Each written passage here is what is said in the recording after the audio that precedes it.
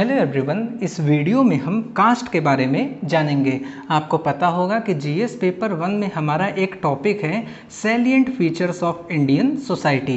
And हमारी Indian society में आपको पता है कि कास्ट सिस्टम जो है वो कितना ज़्यादा प्रिवेलेंट है, इसलिए ये भी जो है इंडियन सोसाइटी का एक फीचर है और इसलिए हमें इस टॉपिक को पढ़ना है। अगर हम बात करते हैं कास्ट का, तो कास्ट को आप सिंपली इस तरीके से डिफाइन कर सकते हो कि ये एक ऐसा इंस्टीट्यूशन है जो कि मेंबर्स को क्या करता है, स्ट्रेटिफाई करता है। ये बोलेगा कि आप ऊपर कास्ट के हो, आप मिडिल कास्ट के हो, आप लोअर कास्ट के हो, और स्ट्रेटिफाई करने के साथ साथ जो है अलग अलग वर्क जो है ये इन मेंबर्स को असाइन करेगा। ओके, तो इसी को बोलते हैं कास्ट।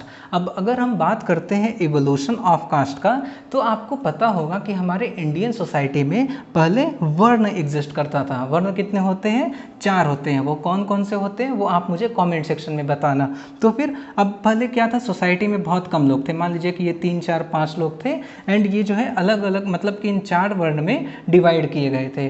धीरे धीरे क्या होता है कि हर किसी की फैमिली जो है बड़ी होती गई, राइट। धीरे धीरे जब सबकी फैमिली बड़ी होती जाएगी तो उनका घर जो है धीरे धीरे करके दूर होता जाएगा। ओवर द टाइम क्या होगा कि इनका रिचुअल जो है इनसे अलग हो जाएगा। भले ही ये किसी एक वर्ण को बिलोंग करते हैं, लेकिन अब इनकी फैमिली इतनी बड़ी हो गई है कि आपस में कांटेक्ट में नहीं है, राइट। जब ये आपस में कांटेक्ट नहीं है तो कई सारे सिचुएशंस ऐसे आएंगे जब हर एक केस में इनका रिचुअल जो है इनसे अलग हो जाएगा। तो इसी के साथ क्या हुआ, जब ये कम्युनिटी धीरे धीरे ग्रो करने लगी तब इवोल्यूशन होता है कास्ट का। धीरे धीरे जाति में सब लोग डिवाइड हो गए एंड वो जो है वही कास्ट हो गया। ओके, तो आपको समझ में आ गया कि वर्ण में पहले हर सोसाइटी के मेंबर्स वर्ण में डिवाइड थे, लेकिन जैसे जैसे वर्ण का एक एक वर्ण बड़ा होता जाता है, लोगों की संख्या बढ़ती जाती है, उनका रिचुअल्स और सारी चीज़ें अलग अलग होती जाती हैं, तो वो कास्ट में डिवाइड हो जाते हैं। और क्या होता है, और सबसे important factor,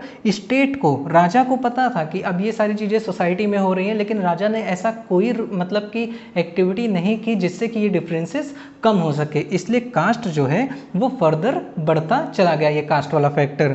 next important factor कि देखिए, जब ऊपरी कास्ट के लोग बताने लगे कि ये सारे काम जो हैं ये प्योर हैं, ये इम्प्योर काम है, इसको जो करता है वो नीचे कास्ट से बिलोंग करता है, जब ये प्योरिटी एंड पोल्यूशन वाला नोशन आ गया तो इसकी वजह से जो कास्ट वाला फैक्टर है वो और भी ज़्यादा सोसाइटी में क्या हो गया, और भी ज़्यादा घुसने लगा। Okay, and finally rural structure, यानी कि हमारी जो सोसाइटी थी वो मतलब कि रूरल थी, उनको बहुत ही ज़्यादा मॉडर्न आउटलुक, मतलब कि जैसे आपको पता होगा कि फ्रेंच सोसाइटी में जो है बहुत सारे मॉडर्निटी वाले आइडियाज़ आ गए थे। हमारी सोसाइटी रूरल थी, उनको इतने सारे जो मॉडर्न आइडियाज़ थे वो उनको नहीं थे, वो बहुत ही मतलब कि हर जगह से कनेक्टेड भी नहीं थे। आपको पता होगा कि इस साइड में इंडियन ओशन है, यहाँ पे हिमालय है, बीच में कितनी सारी नदियाँ हैं, तो हर कोई क्या था, अलग अलग था, है ना, उनको पता नहीं था। तो इसकी वजह से जो उनके ऊपर जो भी इम्पोज किया जाता था वो सिंपली इसको ले लेते थे कि हाँ ये हमारा जो है किस्मत है, हमको इसी को लेकर के चलना है। तो इसकी वजह से जो है कास्ट सिस्टम जो है वो और भी ज़्यादा सोसाइटी में प्रिवेलेंट हो गया। नेक्स्ट टॉपिक है हमारा functions and criticism of the cast.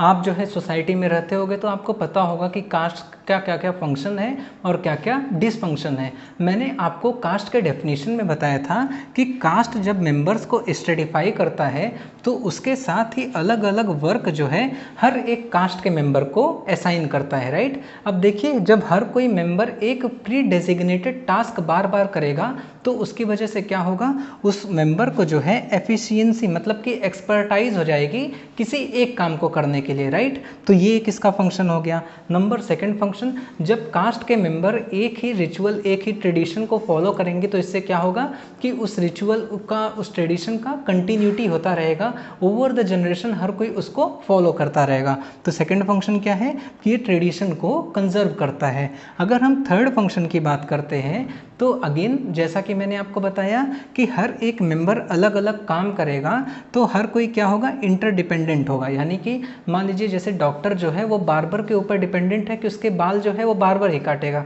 वहीं पे बार्बर को अगर कोई बीमारी होती है तो वो डॉक्टर के पास जाएगा। तो दोनों ही एक दूसरे से दोनों ही एक दूसरे के ऊपर डिपेंडेंट हैं। तो इसकी वजह से क्या होता है कि सोसाइटी में हार्मनी आती है, शांति आती है। ओके, तो ये हो गए फंक्शंस। अब अगर हम क्रिटिसिज्म या फिर डिसफंक्शन की बात करते हैं तो आपको पता होगा कि कास्ट का सबसे बड़ा डिसफंक्शन ये है कि जो डेमोक्रेसी के फैक्टर होते हैं, फॉर एग्जांपल इक्वलिटी, जस्टिस, ये सारी चीज़ें जो हैं रुक जाती है कास्ट की वजह से।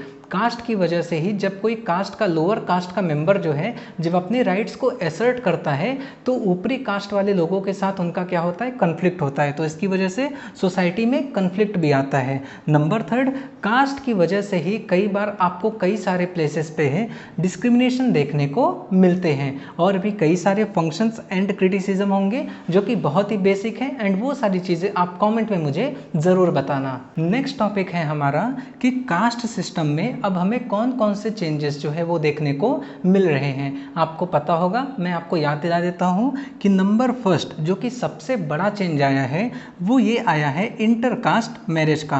पहले आपको पता होगा कि इसके खिलाफ लोग कितने ज़्यादा थे ना, लेकिन अब जैसे जैसे हमारी सोसाइटी जो है वो मॉडर्निटी की तरफ बढ़ रही है, अब ये बहुत ही बड़ा बिग डील नहीं है। एंड जो अच्छे जॉब करते हैं वो ज़्यादातर जो है वो इंटरकास्ट मैरिज ही करते हैं। नंबर सेकंड चेंज जो कि हमें देखने को मिलता है वो ये है कि जैसा कि मैंने आपको डेफिनेशन में बताया था कि कास्ट एक पर्टिकुलर जो है काम जो है हर एक मेंबर को, जो कास्ट के एक पर्टिकुलर कास्ट के मेंबर को देता है। लेकिन अब जो है वैसा कुछ नहीं है, किसी भी कास्ट के मेंबर हो वो कोई भी काम जो है वो कर सकते हैं। यानी कि अब ऑक्यूपेशन जो है कोई भी ऑक्यूपेशन कोई भी मेंबर जो है कर सकता है, एंड कास्ट का यहाँ पे कोई भी रोल नहीं है।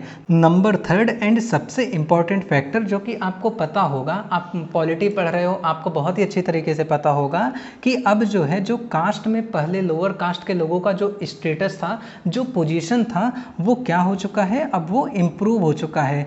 क्यों? क्योंकि अब हम कई सारे जो है रिजर्वेशन हो गया, कई सारे गवर्नमेंट की स्कीम्स हैं जो कि लोअर कास्ट को बहुत ही ज़्यादा हेल्प कर रही हैं, एंड उनका पोजीशन अब सोसाइटी में धीरे धीरे जो है वो अच्छा हो रहा है। तो ये तीन चेंजेस जो है अब वो हमें हमारे सोसाइटी में कास्ट सिस्टम से रिलेटेड देखने को मिलते हैं। तो बस दोस्तों इस वीडियो में इतना ही, एंड इसी के साथ जो है हमारा जो salient features of Indian society का टॉपिक था वो खत्म हो गया है। अगर आपको वीडियो अच्छी लगे तो आप वीडियो को लाइक कर सकते हैं, चैनल को सब्सक्राइब कर सकते हैं। मिलते हैं नेक्स्ट वीडियो में नेक्स्ट टॉपिक के साथ।